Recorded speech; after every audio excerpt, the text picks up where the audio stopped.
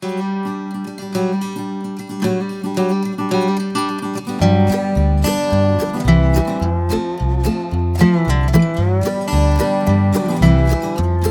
Jared from Southern Homesteads here. Hey, super excited today. You know, one of the things that we look forward to the most is not only the cool stuff that we get to build, but the opportunity to go see cool stuff that other people are building. Today we're here with Carl and Callie. When I say the middle of nowhere, we're gonna show you the driveway. You drive literally to the middle of nowhere and hit a driveway that honestly I debated the first time whether I was gonna put my truck in 4-wheel drive to come up the concrete. It is, whoever did the concrete work, by the way, it was impressive. Up to the top of a mountain where they're building a tiny home. Now this started as a kit that they had bought out of Pennsylvania? Vermont. Out of Vermont. Yep, Jamaica Cottage. From there, they've made it their own. So we're gonna go through, kind of show you what he's got. This is 100% off-grid. It's on Rainwater collection and it's on solar. So an amazing setup here. So Carl, why did you decide why here?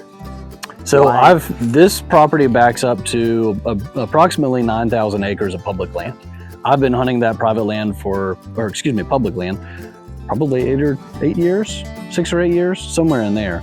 And to get here, you drive up into the mountains and then down into the bottom of a valley, and you turn off the one road that turns off. It goes a mile back, and from 2 lanes to 1 lane to gravel. And there's an older gentleman that lives at the end of the road, and I always made it a point to just introduce myself and be friendly, because that's what you do in the middle of nowhere. Right. And I came out of the woods one year, and he's got for sale signs up all over the place. So this isn't something we always talked about, not something we dreamed about. It's an opportunity that kind of presented itself. And so I stopped and talked to him like I always did. Had to reintroduce myself every year. Yeah. And now he's kind of like a grandfather to us. And so I walked the property with him and talked to him about it, and came home and said the 3 words, I have an idea. Yeah. I'm like, oh God. Every wife's most dreaded statement. Yeah. Yourself. I said, I got an idea. And she literally said, oh dear God.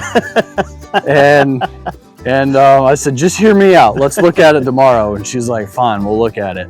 And yeah, we walked the property and we talked about it and we slept on it. And we both were like, yeah, I think this would be really cool. We didn't have any kids at the time, and you know, we were kind of looking for something to do. This was in 2020, and you know, kind of a changing world at the time. Right. And so the opportunity just kind of dropped in our lap. And so we put together a lot of different ideas, and it started out as, hey, we'll just put together just like a 1-room cabin or something to have some basic infrastructure so I can camp out. Right. And it kind of grew from there. And it grew to be, what was the biggest structure that we looked at doing? Like 28 by 32 or 28 by 40. I think 28. Oh yeah, I mean, it was a house, and like we wanted like 3 small bedrooms, but you know, at least 2 to 3 bedrooms. We looked at doing pole barns. We looked at doing a deck with a yurt. We looked at just putting down a deck and putting up a wall tent. Right. We looked at all kinds of different ideas. And, you know, life happened, and it's kind of a long story as well, but how it all evolved. But, you know, we ended up going with a 16 by 30. And then this kit had available to it to add on an 8 by 30 front porch or a 10 by 30. We went with an 8 by 30 for the front porch, and a 10 by 30 overhang shed off the back. Right. And being able to do that, it gave us a lot of usable space. Right. 16 by 30 plus an 8 by 30, you add 50% of your own floor space to your front porch. Right. And that's usable floor space. You know, you can put a jacket on in the wintertime. It's really not that bad in the summertime. You get a nice breeze up here. And so that, you know, a much smaller, much more doable project, but still gave us a lot of usability to it. Right. So we've got 1 bedroom plus the 1 bath, and then a 10 by 16 loft up top. And the 10 by 16 loft is a very usable space. We're going to put 2 twin XL mattresses. Put those together, you've got a king size bed. Right. Or you can split them apart. You got 2 guys up there, you got kids or whatever. You know, it's very comfortable and doable. Right. So that, you know, again, that kind of opened up the space. The original kit came with an 8 by 16 loft, and it just wasn't big enough. It kind of constrained the floor plan a little bit, and it didn't let us do much because you can't fit a bedroom underneath it. Right. Or you can, but that's it. You can't do anything else.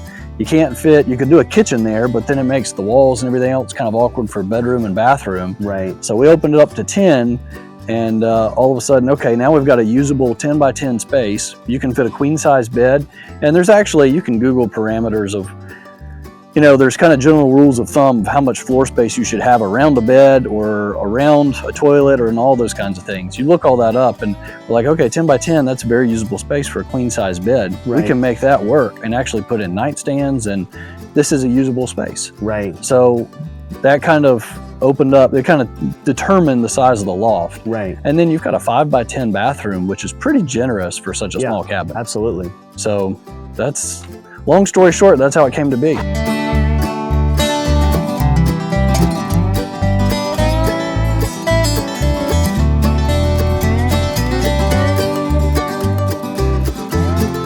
So the kit that we bought, you can buy it 4 different ways. So you can do, you can buy just the plans, you can buy the frame only, you can do a 3-season kit with some insulation, or a 4-season kit, which is fully insulated. We bought just the frame only, and then we added siding to it. Their design is you've got a 4x4 post with your diagonal bracing, you've got a 4x4 horizontal beam over top, and then you run a 2x4, a true 2x4, 48 inches up the wall, and that's your nailer for any kind of sheathing that you do on the outside. Right. We put windows where we wanted to put windows. Right. We didn't, so basically once we got 4 walls and a roof up, that was kind of the end of their design. We you know, kind of, we disregarded their window and door plan because we just wanted them where we wanted them, based on our floor plan and a few other things. So we didn't do that. And again, that was a recommendation from somebody else. And so that's, you know, my best advice to somebody is ask around to other people. You know, you got to learn from people that know better than you. I've got a friend that's a contractor, and I told him what we were doing, and I asked him, and he's like, man, I would rip down 2x6s and make yourself some studs. And that's exactly what we did. So every single one of these that you see, this is a ripped down 2x6 so that you get that actual 4-inch dimension. And we put those up to give us a nailer. So what you see on the outside, going back to your question, this is just OSB and then house wrap and then the board and batten right on the outside of that. The manufacturer of the kit, they intend for you to put all of your insulation, sheathing, siding, everything on the outside of the structure. And in doing so, you've got exposed beams. Right. The exposed beams would be really cool, and we tried to figure out a lot of different ways to do that. And I talked to several people about just different ideas. I'd love to have exposed beams, and you could put little shelves in there. You can do some really cool stuff. But for most of the country, they talk about insulation and they're concerned about the cold. Right. Here in the South, we're concerned about the heat and the humidity. Yes. And we're off grid. We've got a solar system. We're not tied to the grid at all, no grid power. And so for us, we want to make this thing as efficient as possible. Right. And we do want to run a mini split for the summertime. You know, when it gets to be 100 degrees and 110% humidity up here, it can be pretty brutal. Yeah. And it's only a month out of the year that's really bad, but it's long enough. Right. And so we wanted it to be bearable. So we decided, no, we want to insulate it as good as we possibly can. We've got a true 4-inch cavity here, so we can do spray foam insulation. I don't remember what the numbers are, but I think it's R30 plus that we're going to get in these walls. Right. And so that's why we just went with OSB on the outside. Yep. Adds a lot of strength and rigidity. We used a tall wall. Yeah. So using tall wall, it's I think it's a 4x9 sheet instead of a 4x8. Yep. And in doing that, it ties this entire wall down all the way to the rim joist. Right. So you're actually tied all the way down, and it's fully supported. You know, people talk about hurricane ties and that kind of stuff. And this is tying the entire structure together. Yes. So that's what we went with. No, and one of the things that we get a lot is from people, I mean, obviously you have a real job. Both of you have real jobs. You live in the real world. You live an hour from here, right? Yep. And so, you know, I get a lot, like, why would I want to go buy a kit? Clearly, have the skill to build one without purchasing a kit. So the question comes in, well, if I'm modifying windows and I'm putting things where I want to put them anyways, well, why would I buy a kit? So kind of walk us through Why go for a kit? Because there's an additional cost here, and that's one of the things I always get when people are looking at our kits, or if they're building another kit or doing a scratch build. They always say, well, I can save a bunch of money if I don't buy a kit and I just build the whole thing scratch myself. Sure. And which is a partially true statement. Yeah. So there's a lot of reasons to that. One, cost effectiveness. Honestly, the kits out there, when you look at material versus buying the kit already cut, some of the material that we bought, the siding, for example, I can't go and buy the siding locally for what I bought the siding with the kit for, and it was already pre-cut. It was done. So, you know, look at the cost effectiveness, because you may not actually be saving yourself any money. Sometimes there is a difference, and sometimes that difference is pretty negligible. Right. Another factor is a domestic conversation that we had that, you know, full disclosure, I don't think you mind admitting this, she didn't know how to swing a hammer before we started this project. Absolutely not. No, she didn't know how to swing a hammer, but now she's been running chainsaws, excavators, and skid steers, and nail guns. And, you know, once you guys leave, we got to put up some nailers in the corners before the insulation so we can throw up the shiplap. So she's going to be running the compound miter saw, and I'll be throwing them up. And that's how we do it. But in those initial early conversations saying we can do a kit, and there's a manual and there's instructions and there's drawings and everything, that was much more palatable for her. She's like, that sounds a lot more doable than me just following you blindly. And so, you know, there's a lot to be said for that. Absolutely.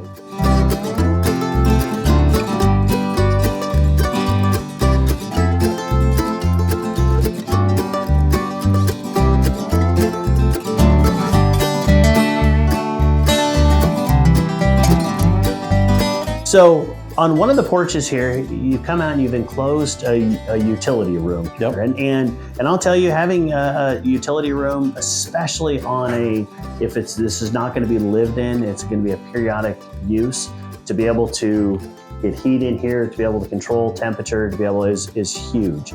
So in here, you went with the Solar, which are great inverters, and a Solar battery. Yep. Roof mounted on your panels? Correct? Yes. Yeah. So all of that is mounted on the the front porch roof. And then lastly, in your mechanical room here, you've got a propane hot water heater. Yep. It's an on-demand hot water heater. If you're off-grid, propane is really your only option for on-demand hot water heaters. A electric hot water heater and on-demand draws an amazing amount of power and be able to use. Now, you actually use a little bit different setup, if you're okay with me saying, than what we recommend. And I'll let you explain. The hardest part about this was the exhaust ducting. So this, you know, it's kind of like we were talking earlier about rafters and roofing and everything else. I spent way more time installing the trim kit around the skylights than I did the whole rest of the roof. And man, this was the same way. So throwing this up, doing the plumbing, that's easy peasy. Man, running that ductwork over there, it's not off the shelf stuff. And this is one of those things you don't know it until you get into it, and by then you're committed. Yes. You don't know what you don't know. Right. And I'll be the first to tell you, I was super ignorant, still am, when it comes to the water heaters. Right. I did a little bit of research. It was at a time where, actually, I think that was right before you had a baby. And so I had a few things in my mind. Yeah. And it was a big rush to like, just get this thing to a point where I can have plumbers up here working, electricians up here working while we're in the hospital or at home, whatever. And that's exactly what happened. So there's times where you get to put in a ton of research into something, and there's times where you just don't. Right. I didn't put a ton of research into this. I asked a guy that was knowledgeable about it, same gentleman did the solar system. This was a recommendation. Looked good to me. I ran with it.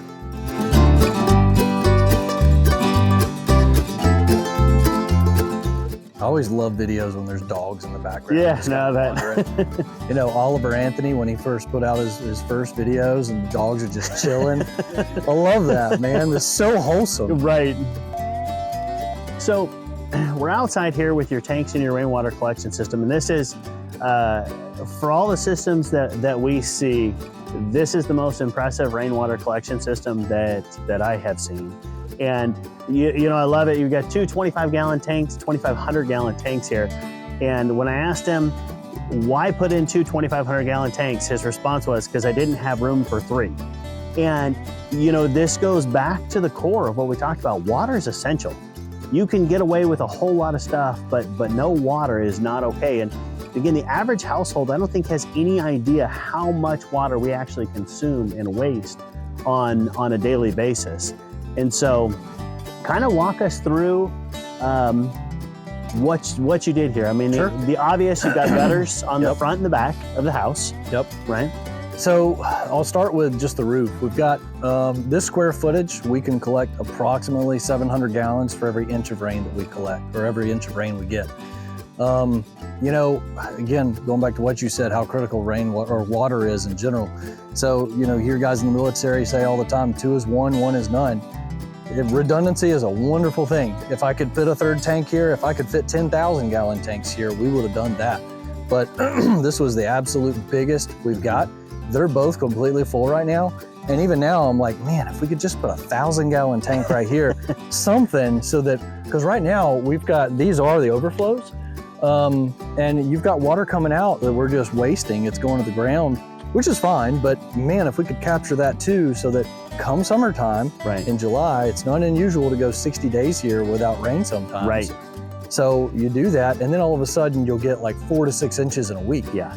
And it catches up real fast. Right. So you've got to be able to collect a lot, and you got to be able to hold a lot. Right. All right, Carl, Callie, hey guys, thank you so much for letting us come out and sharing with us what you guys are doing.